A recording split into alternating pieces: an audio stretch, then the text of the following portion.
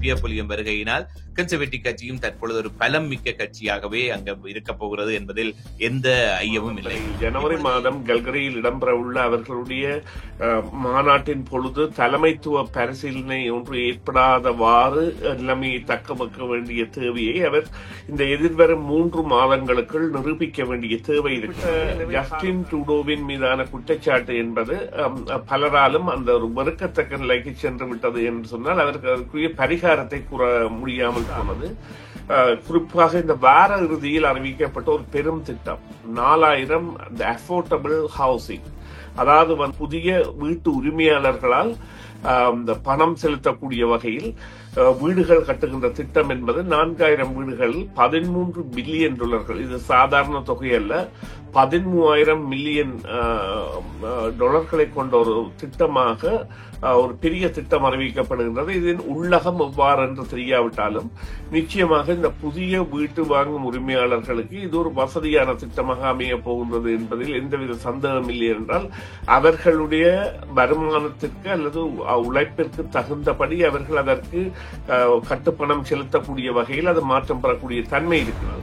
தற்பொழுது இந்த உலகில் ஒரு இனவாத எதிர்ப்பு அல்லது இந்த ஒயிட் சுப்ரீமிஸ்ட் அல்லது அதி தீவிர வலதுசாரிகள் என்பனர் அதிகரித்து வருகின்றனர். அதாவது புதிய குடிவரவாளர்களுக்கு எதிரான கொள்கைகள் அல்லது கருத்துக்கள் என்பன தீவிரமடைந்து வருகின்றன. இந்த வருகின்ற 3 மாதங்களுக்கும் இந்த கருத்து பரிமாற்றங்களின் பொழுது பியர் பொலிவியர் தன்னை ஒரு ஆளுமை மிக்கவராக காட்ட வேண்டிய தேவையும் தனது தலைமை குறித்த ஒரு சந்தேகம் வராமல் அல்லது ஒரு போட்டிக்கு அங்கே அவர்களுடைய உட்கட்சிகள் அல்லது உட்கட்சி உறுப்பினர்கள் ஈடுபடாமல் இருப்பதை தவிர்ப்பதற்கான நடவடிக்கைக்காக லிபரலை பகிரங்கமாக எதிர்ப்பதும், அதாவது குற்றவியல் சம்பவங்கள் போன்றவற்றை பகிரங்கமாக இப்பொழுது பார்த்தீர்கள். ஆனால் எந்த ஒரு குற்றவியல் நடந்த சம்பவம் இடம்பெற்றாலும் அது தொடர்பான விடயத்தை பிரபல்யப்படுத்துவது போன்றவை இவர் லிபரல் அரசின் கவனக்குறைவு அல்லது அவர்களின் அக்கறையின்மை காரணமாக இடம்பெறுகின்றது போன்ற செயற்பாடுகளில் ஈடுபடுகின்ற சந்தர்ப்பம் என்பது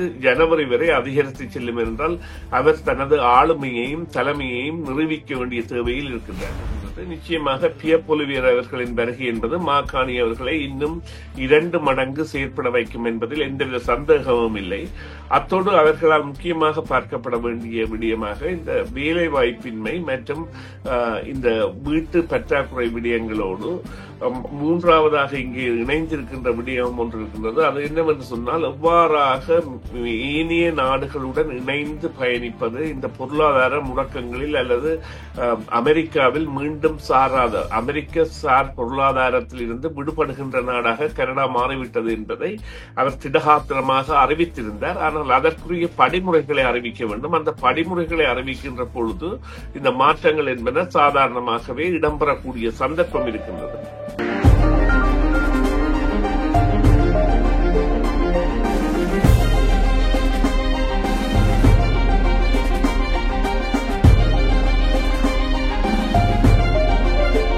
நேரம் காலை 8 மணி 17 நிமிடம் 19 காலையுடன் காலை பொழுதில் நேர்களும் இணைந்திருக்கின்றீர்கள்.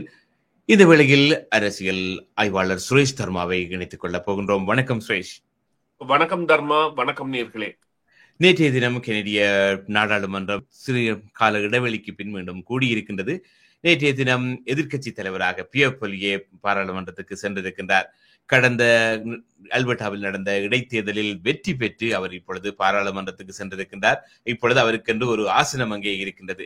பொதுவாகவே ஒரு பாராளுமன்றத்தில் தனக்கென்று ஒரு பதவி, எம்பி பதவியுடன் அந்த பாராளுமன்றத்தில் நடக்கின்ற விவாதங்களில் பங்கு பெற்றுவதற்கும் ஒரு எம்பி பதவி இல்லாமல் வெளியில் இருந்து கருத்துக்கள் தெரிவிப்பதற்கும் நிறையவே வித்தியாசம் இருக்கின்றது.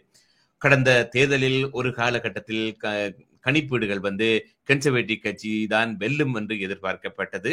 ஆனால் லிபரல் கட்சி தலைமையை மாக்காணி ஏற்றுதன் பின்பு தேர்தல் முடிவுகள் எப்படி அமைந்தது என்பது எல்லோருக்கும் தெரிந்தது.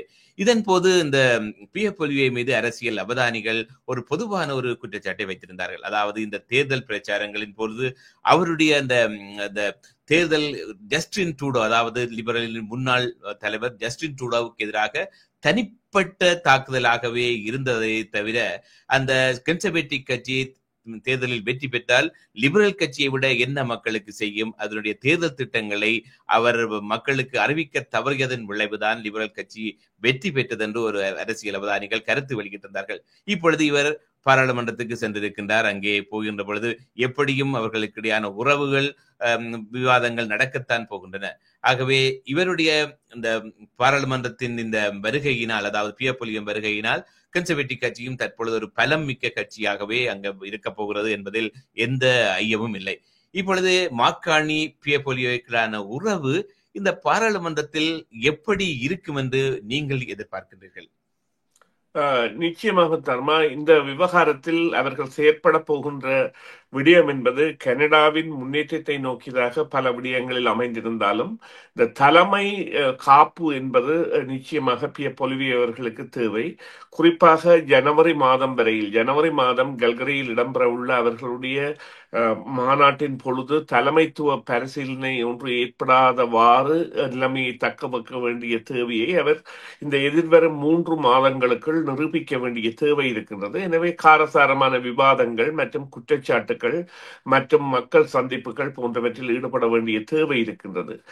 நீங்கள் குறிப்பிட்டது போல அவரது வருகை என்பது பாராளுமன்றத்திற்கு நிச்சயமாக ஒரு உரம் சேர்க்கின்ற அல்லது லிபரல் கட்சி தான் எழுந்த மானத்திற்கு எதனையும் செய்கின்ற நிலைக்கு இட்டு செல்லாத வகையில் அமையும் என்று சொன்னால், அவர் ஒரு தொழில்முறை அரசியல்வாதி. 20 வருடங்களுக்கு மேல் பதவியில் இருந்தவர் பாராளுமன்ற உறுப்பினராக. அத்தோடு கட்சியின் தலைவராக அவரது பிரசன்னம் இருக்கும் பொழுது அந்த கட்சிக்கான குரல் என்பது ஓங்கி ஒலிக்கும் என்பதில் எந்தவித சந்தேகமும் இல்லை.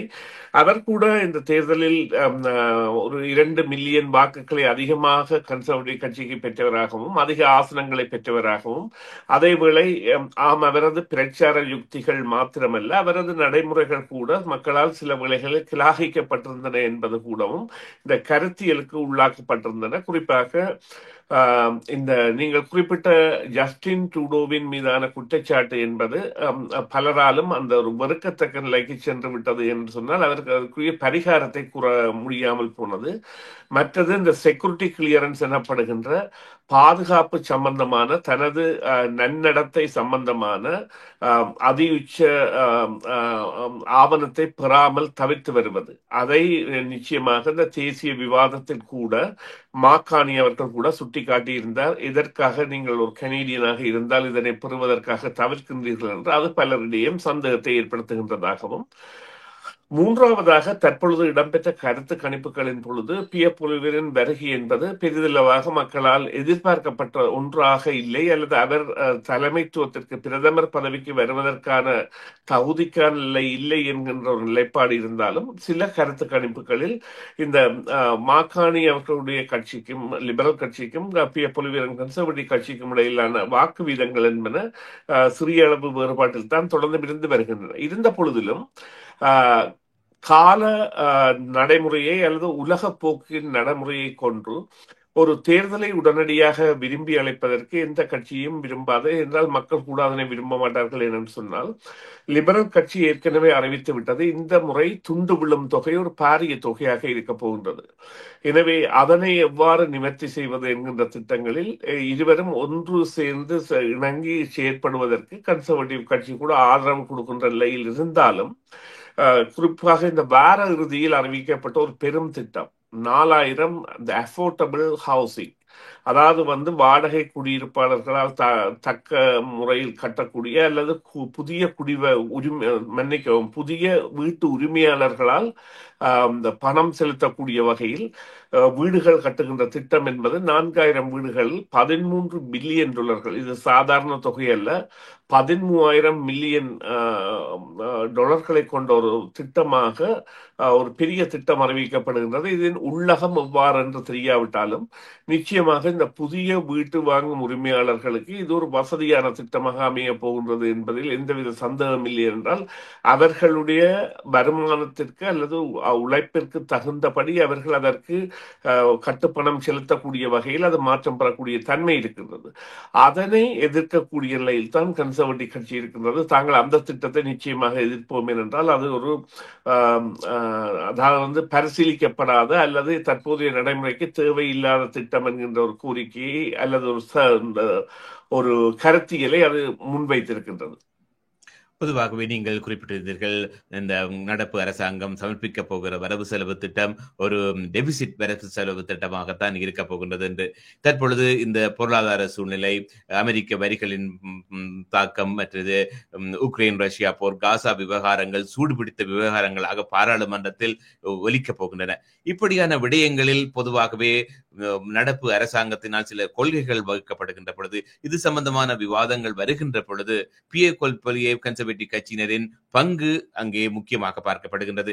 ஏனென்று சொன்னால், இந்த அரசாங்கம் ஒரு சிறுபான்மை அரசாங்கமாக இருக்கின்றபடியால் இந்த ஒரு பாராளுமன்றத்தில் ஒரு தீர்மானத்தை நிறைவேற்ற வேண்டும் என்று சொன்னால் அதற்கு எதிர்க்கட்சிகளின் ஆதரவு நிச்சயமாக தேவை. இப்படி பார்க்கின்ற பொழுது, இப்பொழுது லிபரல் அரசாங்கத்தை தனியே எதிர்ப்பதை விட இந்த நாட்டுக்கு என்ன முக்கியமாக தேவைப்படுகிறது, இந்த பொருளாதார சிக்கலில் நாட்டை மீண்டும் கட்டி எழுப்பதற்கு லிபரல் அரசாங்கம் வகுக்கின்ற திட்டங்களுக்கு கன்சர்வேட்டிவ் அரசாங்கம் என்ன விதத்தில் ஒத்துழைக்கப் போகின்றது என்பதைத்தான் மக்கள் எதிர்பார்த்துக் கொண்டிருக்கிறார்கள். என்று சொன்னால், மக்களின் முழுமொத்த எதிர்பார்ப்பும் இந்த நாட்டை இப்பொழுது ஒரு பொருளாதார மீட்சிக்கு கொண்டு வருவதான் இருக்கின்றது.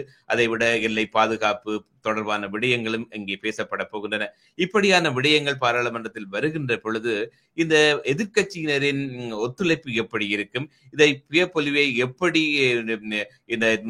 எப்படி இதை எடுத்துக்கொள்வார், மாக்காணியுடனான உறவு இதன் போல் எப்படி இருக்கும் என்பதை நீங்கள் எதிர்பார்க்கின்றீர்கள்?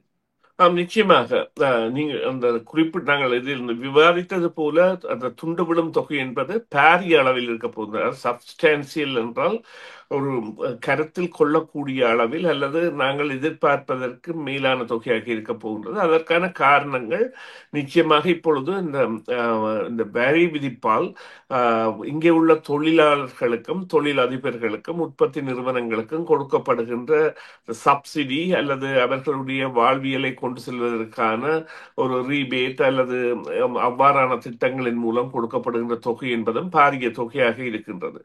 அத்தோடு நீங்கள் குறிப்பிட்டது போல இந்த உக்ரைன் போர் மற்றும் உலக போக்கின் காரணமாக பொருளாதார நிலையில் விலை உயர்வு போன்றவையெல்லாம் இந்த விவகாரத்தில் பெரிய தாக்கத்தை செலுத்துகின்றன. இது அறிந்த விடயம். எனவே இவர் இப்பொழுது இந்த விடயங்களுக்கு மாறான ஒரு செயற்பாட்டை மேற்கொள்ள முயன்றால் மக்களால் அது கிரகிக்கப்படும்.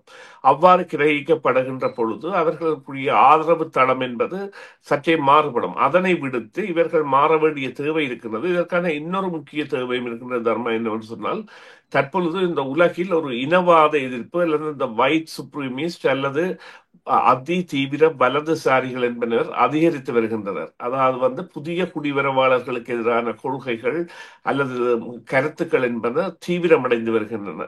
குறிப்பாக இங்கிலாந்தில் நடந்த ஆர்ப்பாட்டத்தின் பொழுது சுமார் 20க்கும் மேற்பட்ட போலீசார் காயமடைந்ததுடன் 4 போலீசார் படுகாயமடைந்திருக்கின்றார்கள். அதில் இலோன் மாஸ்க் ஒரு இனவாத கருத்தை விதைத்திருக்கின்றார். அதே போன்ற நடவடிக்கைகள் அயர்லாந்து, ஸ்காட்லாந்து மற்றும் பிரான்ஸ் மற்றும் ஜெர்மனி போன்ற இடங்களில் இடம்பெறுகின்றன. அமெரிக்காவில் அது ஏற்கனவே அடையாளம் காணப்பட்டு விட்டது. குடிவரவாளர்கள் அகற்றப்பட்டுக் கொண்டிருக்கின்றார்கள்.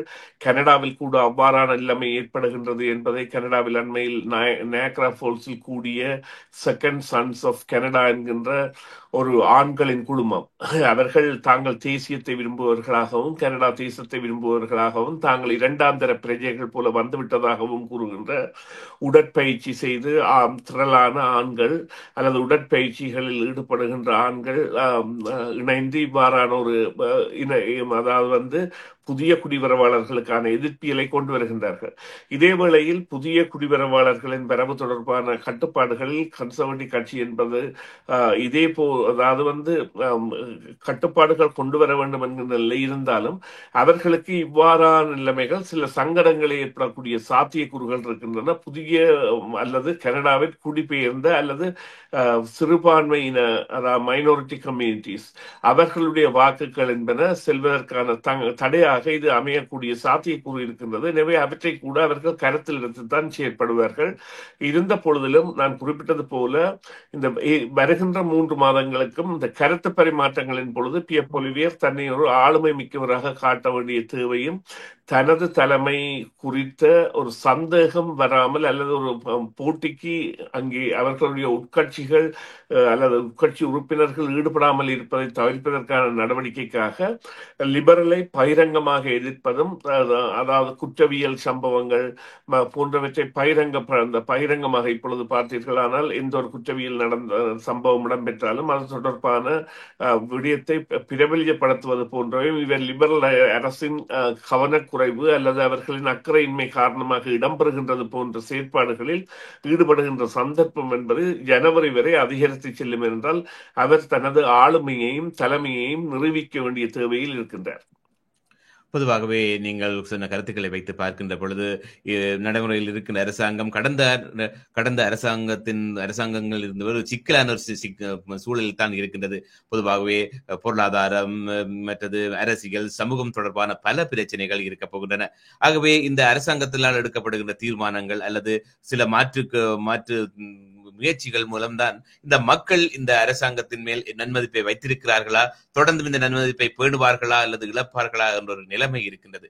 ஆகவே இந்த லிபரல் அரசாங்கம் தொடர்ந்தும் மக்களின் நன்மதிப்பை பேண வேண்டும் அல்லது மக்களின் தங்கள் வழங்கிய ஆதரவுக்கு ஏற்ற மாதிரியான முயற்சிகளை எடுத்து இந்த சமூகம், பொருளாதாரம், அரசியல் சம்பந்தப்பட்ட பிரச்சனைகள் இருந்து நாட்டை படிப்படியாக முன்னுக்கு கொண்டு வர வேண்டும் என்று சொன்னால் எடுக்கக்கூடிய முடிவுகளாக, தீர்மானங்களாக என்ன இருக்கும் என்று நீங்கள் நினைக்கின்றீர்கள்? நிச்சயமாக மாகாணி முதலில் தனது ஆளுமையையும் தனது ராஜாங்கத்தையும் அல்லது ராஜதந்திர நடவடிக்கைகளையும் அல்லது இந்த டிப்ளோமேட்டிக் ரிலேஷன்ஸ் என்கின்ற ஏனைய நாடுகளுடனான ராஜாங்க உறவுகளில் ஏற்படுத்த போகின்ற முக்கியமான மாற்றங்களையும் நிரூபிக்கின்ற தேவையையும் இது ஏற்படுத்துகின்றது. நிச்சயமாக பியர் பொலிவியர் அவர்களின் வருகை என்பது மாகாணி அவர்களை இன்னும் 2 மடங்கு செயற்பட வைக்கும் என்பதில் எந்தவித சந்தேகமும் இல்லை.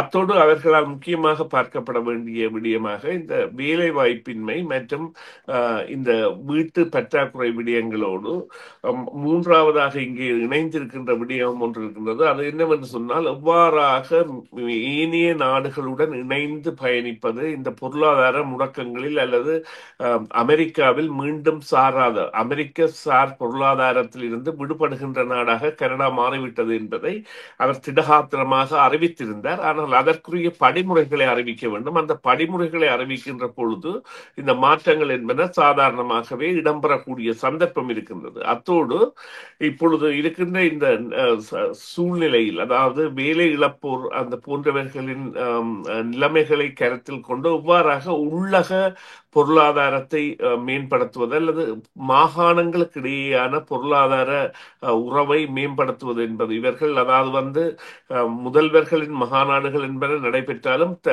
காலப்போக்கில் அது ஒரு காத்திரமான முடிவை தராத நிலையில் தான் தற்பொழுது இருக்கின்றது. எனவே அதனை ஊக்குவிக்க வேண்டிய தேவை என்பது லிபரல் அரசின் முதலாய கடமையாக இருக்கின்றது. மாகாணங்களிடையேயான பொருட்களின் பரிமாற்றம் என்பது, அமெரிக்காவுக்கு செல்லாத பொருட்கள் எல்லாம் மாகாணங்களிடையே பரிமாற்றப்பட வேண்டியதும். மற்றது, இப்பொழுது இந்த வீடு கட்டுகின்ற திட்டம் பெறுகின்ற பொழுது பல பொருட்களும் அமெரிக்காவுக்கு செல்ல இருந்த பொருட்கள் எல்லாம் கனடாவிலேயே பயன்படுத்தப்பட போகின்ற தன்மைகள் எல்லாம் வருகின்றன. அவ்வாறான திட்டங்களின் மூலம் அவர்கள் ஒரு உள்ளக பொருளாதார விருத்திக்கு வழி செய்ய வேண்டும். வழி செய்வார்கள் என்று நம்புவோம். என்றால் அதுதான் அவர்களை தக்க வைக்கும். நன்றி சுரேஷ் சர்மா, இந்த வேளையில் இணைந்து கொண்டு எங்களுடன் உங்களுடைய கருத்துக்களை பகிர்ந்து கொண்டதுக்கு. பிறிதொரு பொழுதில் சந்திக்கலாம். நன்றி. மீண்டும் நன்றி தர்மா. நன்றி நேயர்களே. மீண்டும் ஒரு பொழுதில் சந்திப்போம். CMR யூடியூப் சேனலில் இணைந்திருக்கும் நேயர்கள் அனைவருக்கும் எமது நன்றி. காமெண்ட்ஸ் பகுதியில் உங்கள் கருத்துக்களை தெரிவிக்க தவறாதீர்கள். முக்கிய செய்திகள், காணொளி தொகுப்புகள், நேர்காணல் என பலதரப்பட்ட அம்சங்களையும் உங்களுக்காக தருகின்றது CMR யூடியூப் சேனல். CMR என்று சர்ச் செய்து எமது யூடியூப் சேனலை சப்ஸ்கிரைப் பண்ணுங்கள். உங்கள் உற்றார் உறவினர் நண்பர்களோடும் இந்த காணொளி தொகுப்புகளை பகிர்ந்து கொள்ளுங்கள். அருகில் இருக்கின்ற முக்கிய காணொளி தொகுப்புகளையும் தவறவிடாமல் பாருங்கள்.